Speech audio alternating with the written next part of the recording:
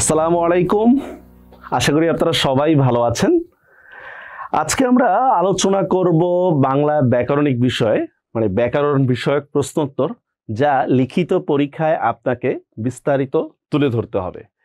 দেখি সেই প্রশ্নোত্তরের ধারাবাহিকতায় আজকে আমাদের যা রয়েছে, অনুকার দ্বিরুক্তির মাধ্যমে উপায়ে শব্দ গঠিত হয়ে উদাহরণ সহ আলোচনা করো। অনুকার দ্বিরুক্তি জিনিসটা কি, আর এর মাধ্যমে শব্দ গঠন আমরা কিভাবে করব। আমরা জানি দ্বিরুক্তির কয়েকটা প্রকার রয়েছে।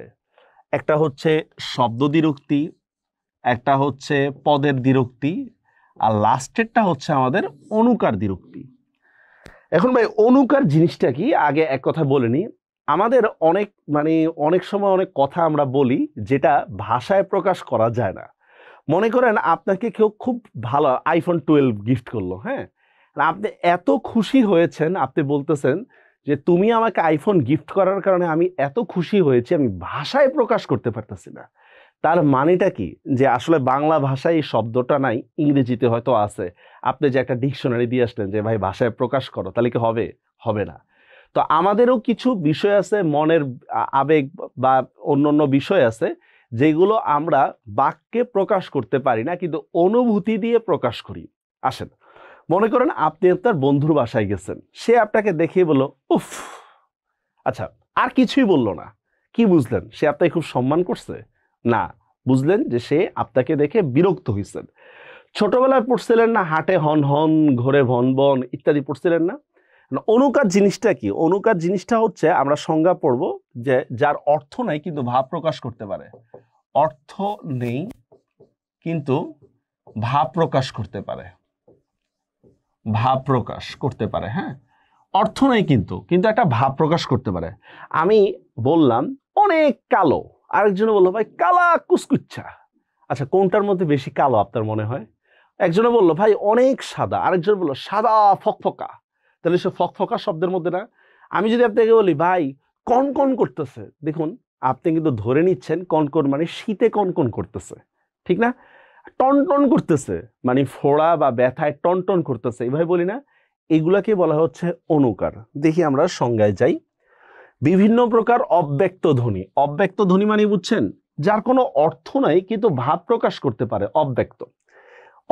অব্যক্ত ধ্বনি বা আওয়াজের সমন্বয় অনুকার দ্বিরুক্তি গঠিত হয়। আওয়াজের সমন্বয় কেন বলতেছে আপনাকে? যেমন বললাম, দেখেন ছমছম, দেখছেন আওয়াজের সমন্বয়। শো শো, দেখছেন বাতাসের শব্দ। এরকম কোনো কিছুর স্বাভাবিক বা কাল্পনিক অনুকৃতি বিশিষ্ট শব্দের রূপকে ধন্যাত্মক, এই অনুকার দ্বিরুক্তি আর ধন্যাত্মক শব্দ একই কথাই। যেমন বললাম মর্মর, শুকনো পাতার শব্দ মর্মর। এই জাতীয় ধন্যাত্মক শব্দের দুইবার প্রয়োগের নাম ধন্যাত্মক দ্বিরুক্তি। কোন জাতীয় শব্দ? এই যে কাল্পনিক অনুকৃতি, এই ধরনের শব্দগুলোকে যদি আপনি দুইবার প্রয়োগ করি তাহলে সেটাকে আমরা বলবো ধন্যাত্মক দ্বিরুক্তি। ধন্যাত্মক দ্বিরুক্তির অপর নামে কি? অনুকার দ্বিরুক্তি। অনুকার দ্বিরুক্তির কয়টা উপায় রয়েছে, দেখি আমরা প্রকারভেদগুলো কি কি রয়েছে। একটা হচ্ছে মানুষের ধ্বনির অনুকার, ঠিক আছে? যেমন আমি বললাম, দেখেন ভেউ ভেউ, কি মানুষের উচ্চ স্বরে কান্নার ধ্বনি, ভেউ ভেউ করে কান্দোস কেন, ওয়া ওয়া করে কান্দোস কেন, এই টাইপের। হি হি, বা এই যে দেখেন হা হা, অট্ট হাসি দিনে আমরা হা হা হা হা, এই টাইপের। হ্যাঁ, জীবজন্তুর ধ্বনিও, জীবজন্তুর ধ্বনি কিভাবে? দেখেন ঘেউ ঘেউ, ঘেউ ঘেউ করে কুকুর ডাকে। তারপর দেখেন মিউ মিউ বিড়াল ডাকে, কুহু কুহু, কা কা ইত্যাদি। জীবজন্তুর ধ্বনিও কিন্তু অনুকার।